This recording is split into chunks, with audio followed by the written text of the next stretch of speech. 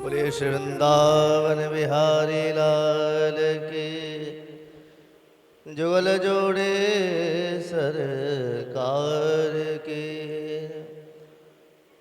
यत्पाद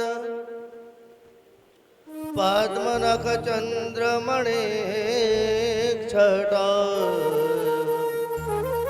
विसूर्जितं किमपि गोपवधू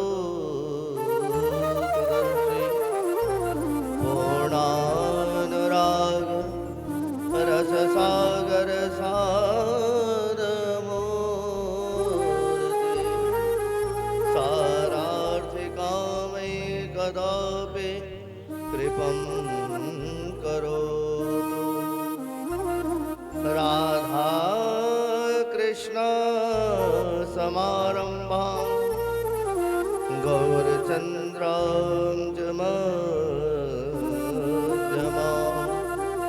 स्मृते आचार्य पर्यन्तां वन्दे गुरु परम्परां प्रभजनंद कुमारो मे स्वामिनी वृषभानुजा कृतार्थोऽहं कृतार्थोऽहं न संशय हरे कृष्ण कृष्ण कृष्ण हरे हरे हरे राम राम राम हरे हरे। बोले श्री गोवर्धन नाथ की, श्री वृंदावन बिहारी लाल की। सर्वप्रथम व्यास गादी को प्रणाम करते हुए भगवान श्री कृष्ण का वांगमय स्वरूप श्रीमद् भागवत को साष्टांग दंडवत प्रणाम करते हुए व्यास गादी को प्रणाम करते हुए व्यास गादी पर सुशोभित ब्रज की निधि हमारे आत्मज संतों के लाडले, ठाकुर के लाडले, रसिक वैष्णवों के लाडले श्रद्धेय श्याम सुंदर जी ठाकुर जी महाराज, एक बार करतल ध्वनि के साथ आप श्री का स्वागत लुधियाना पंजाब नगरी में।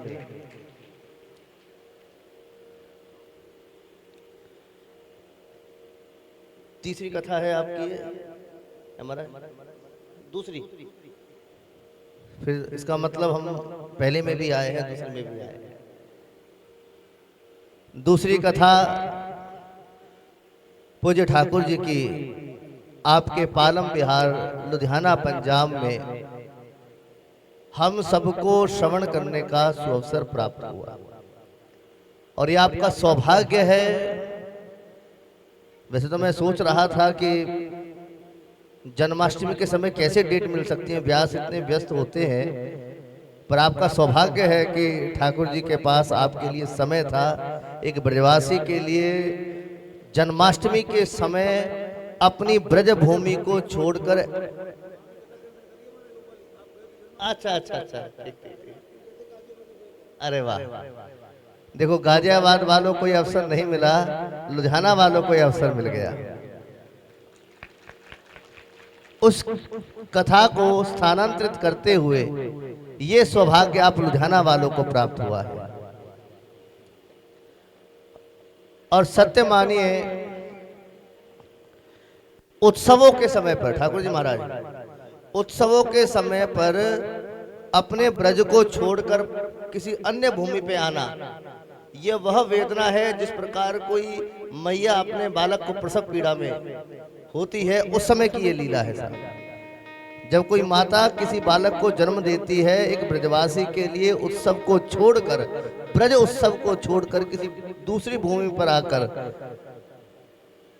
उस उत्सव का, हालांकि चलो वो भी एक आनंद का विषय है, लेकिन अगर वही बात है, प्रेम की बात प्रेम ही जाने, तो आप सबका ये बहुत परम सौभाग्य कि आपको इस समय पर कथा श्रवण करने का सुअवसर मिला। अभी आने से पूर्व यहाँ के जो व्यवस्थापक है हमारे विमल जी नजर नहीं आ रहे। विमल जी, हाँ, अभी आपसी से बात हुई। बात क्या हुई समझ लो, झगड़ा हुआ। हमसे बोले कि भाई, मैंने कहा भाई आ रहे हैं आपके पास, कह रहे महाराज आओ। हमने कहा भाई आपके निमंत्रण से नहीं, ठाकुर जी के निमंत्रण से आ रहे हैं। तो बोले कि भाई आपकी व्यस्तता इतनी रहती है, हम इस बार चूक गए। तो हमने कहा हमारी एक ही बात है, विमल जी बहुत अच्छा प्रयास कर रहे हैं। जहां पर प्रेम होता है वहीं पर आदमी को कहने का अधिकार होता है। तो बड़े भाव से विमल जी हर वर्ष ये उत्सव, ये गायन करवाते हैं।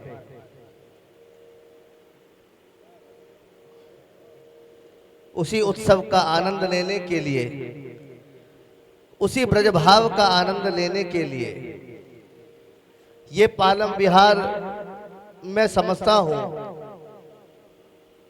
ये छोटा सा टुकड़ा पालम विहार का, ये अब लुधियाना नहीं बल्कि साक्षात वृंदावन का रूप हो गया है, वृंदावन स्वरूप हो गया है। क्योंकि अभी गोपी गीत में आपने एक बात सुनी, तव कथामृतम तप्त जीवनम कवि विनीलितम कलमशापहम श्रवण मंगलम। ठाकुर जी कहाँ से आते हैं, अंतर हृदय में कैसे प्रवेश करते हैं? तो श्रवण मंगलम, कान से ही ठाकुर जी का हृदय में प्रवेश होता है। अभी किसी के पास, किसी अधिकारी के पास जाना हो तो पहले पूछा जाता है भैया वो कैसा अधिकारी है, गर्म ठंडा है, उससे मिलने के लिए जा रहे हैं। तो सामने वाला परिचय देता है, भाई वो बड़ा गर्म स्वभाव का है या बड़ा सरल है या जैसा भी है। तो उसके सुनकर ही हम उसके व्यक्तित्व का निर्णय लेते हैं। उसी प्रकार जो ठाकुर जी का परिचय लेना है, तो ठाकुर का परिचय तो केवल श्रीमद् भागवत ही दे सकती है। वो भागवत ही ऐसा स्वरूप है जो कर्ण के माध्यम से हृदय में प्रवेश करती है। एक बात। दूसरी, ठाकुर जी ने पहला श्लोक बोला, जयति तेदिकम जन्मना प्रज शयति इंदिरा शश्वतत्रयी। यह हमारा बड़ी सावधानी की बात है ठाकुर जी कि ठाकुर का जन्म, जयति तेदिकम जन्मना ब्रज, कि ठाकुर का जन्म हुआ कहां? ब्रज में। तो ठाकुर जी की जय जयकार कब हुई? जब उसने ब्रज में जन्म लिया। आप सोचो कि ब्रज की जय जयकार है, ठाकुर के जन्म लेने से वो बात नहीं है। महाराज हम कथा सुनते हैं वराह भगवान की, जो पृथ्वी ले आए थे, तो वृंदावन सुधा निधि में लिखा है कि वो जो ठाकुर जी वराह रूप में जब पृथ्वी ऊपर आई है तो एक शेष पृथ्वी का फिर धरती पर रह गया। बोले क्या है जो नीचे गिर गया? वो क्या रखा है? बोले वो वृंदावन है। वो पृथ्वी का अंश नहीं है। वो क्या है? वो साक्षात भगवान का घर है, भगवान का धाम है, जहां नित्य प्रति ठाकुर प्रिया प्रीतम अपनी लीलाएं संपादित करते हैं। जिस भूमि पे वृक्ष करील के हैं, खारी जलकूप जहां बिखरावे, बंदर उत्पात करे निषदिन, जहां गारी देकर लोग बुलावे, ऐसे भंगर जंगल का वैकुंठ समान शान बढ़ावे, सोई गिरधारी मुरारी निहारी, हमारी भी ओर हमें अपनावे। ऐसी कृपा हो हे ठाकुर कि हमें भी ब्रजवास मिले। देखो, तीन भावों से गति संभव है। किसी कारण से किसी जीव का जन्म ब्रज में हो जाए, जैसे ठाकुर जी है, हम हैं ब्रजवासी हैं, किसी भाव से ठाकुर जन्म हो जाए ब्रज में, तो समझ लो जीव का मोक्ष मुक्ति निश्चित है। और आप जैसा कोई आदमी घूमते घूमते डोलते डोलते ब्रज में गया और ठाकुर जी ने ऐसी लीला की महाराज वहीं प्राण निकल गए, तब मुक्ति निश्चित है। किसी की दीक्षा ब्रज में हो जाए तो उसकी मुक्ति निश्चित है। किसी का उपनयन संस्कार ब्रज में हो जाए तो उसकी मुक्ति निश्चित है। और साहब सबसे उत्तम भाव जो अंतः समय में, अंतःकरण में वो कहीं भी बैठा है, किसी स्थिति में बैठा है और अंतिम समय में, अंतिम श्वास में उसके मन के अंतर के भाव ये निकले, वृंदावन वृंदावन वृंदावन, इस स्मृति से अपने प्राणों को त्याग दे महाराज, उसकी मुक्ति भी निश्चित है। अंतिम समय में आपको ब्रज का ध्यान आ गया, वृंदावन की स्मृति आ गई, तो समझ लो आपकी मुक्ति निश्चित है। महाभारत के युद्ध होने से पूर्व जब ठाकुर जी इंद्रप्रस्थ आए, अपने सखा अर्जुन के संग वह यमुना विहार कर रहे थे और यमुना जी को देखकर ठाकुर जी का जो भाव है, हृदय है, वो बड़ा हमारा शुष्क हो गया और यमुना के तट पर लेट के ठाकुर जी अपने नेत्रों से सजल अश्रु बहा रहे हैं। अब ये जो दृश्य है अर्जुन देख रहा है, बोले महाराज क्या बात है, आप इतने द्रवीभूत क्यों हो गए, आप इतने संटी कैसे हो गए? बोले ये जो यमुना है, ठाकुर जी बोले यमुना है, ये हमारे ब्रज में जा रही है,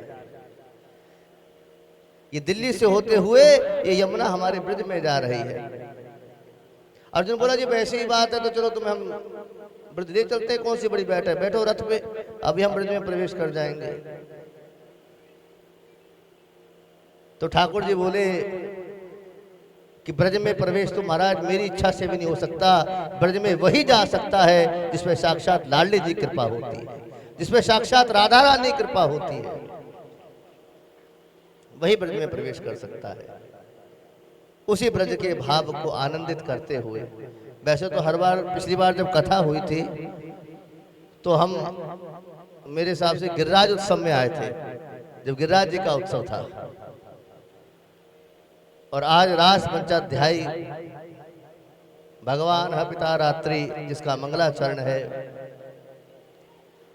आज उसमें प्रवेश हुआ है। लेकिन इस कथा का जो मूल है वो वही है, जन्माष्टमी उत्सव है। ठाकुर जी के जन्म के समय पर इस व्यवस्था को व्यवस्थित किया गया है। तो यही भाव रखता हूँ यहाँ बैठे, आज मुझे समय मिला है कि आप सबके अंदर, जहाँ एक तरफ जन्माष्टमी की कथा हो रही है, वहीं आपके अंदर ठाकुर जी के मंगल भक्ति का जन्म हो जाए, राधा रानी के साक्षात भक्ति का प्रभाव आपके अंदर जन्म ले ले। इसी भावना के साथ जितने भी यहाँ रसिक वैष्णव, जो पदाधिकारी यहाँ बैठे हैं, जिनके माध्यम से कथा हो रही है, भक्ति महारानी आप पर कृपा करें। और अब दूसरी साल कथा हुई है, अगले वर्ष फिर इस उत्सव का हम आनंद लेने के लिए फिर यहाँ बैठे और समय सीमा को देखते हुए अभी रास पंचाध्याय में हम प्रवेश करेंगे, महारास में उसका आनंद लेंगे और प्रयास करते रहें जब जब समय मिले वृंदावन जाया करो, ब्रज जाया करो, क्योंकि वहां के जो ठाकुर है साधारण ठाकुर नहीं है। और जो बिहारी जी के, राधा रमन लाल के, वल्लभ लाल जी के दर्शन कर कर यह कहता है कि मैंने साक्षात ठाकुर जी के दर्शन नहीं किए, उससे बड़ा मूर्ख कोई नहीं है साहब। साक्षात भगवान श्री कृष्ण बैठे हैं, साक्षात भगवान श्री हरि बैठे हैं, साक्षात राधा रानी बैठी है। उनका दर्शन कर कर अपने जीवन को पवित्र बनावें, ऐसे मन में भाव रहते हुए आपके मंगल भविष्य की भक्ति में जीवन की मैं कामना करूंगा। इसी भाव के साथ दोनों हाथ उठाते हुए बोले जय जय श्री राधे।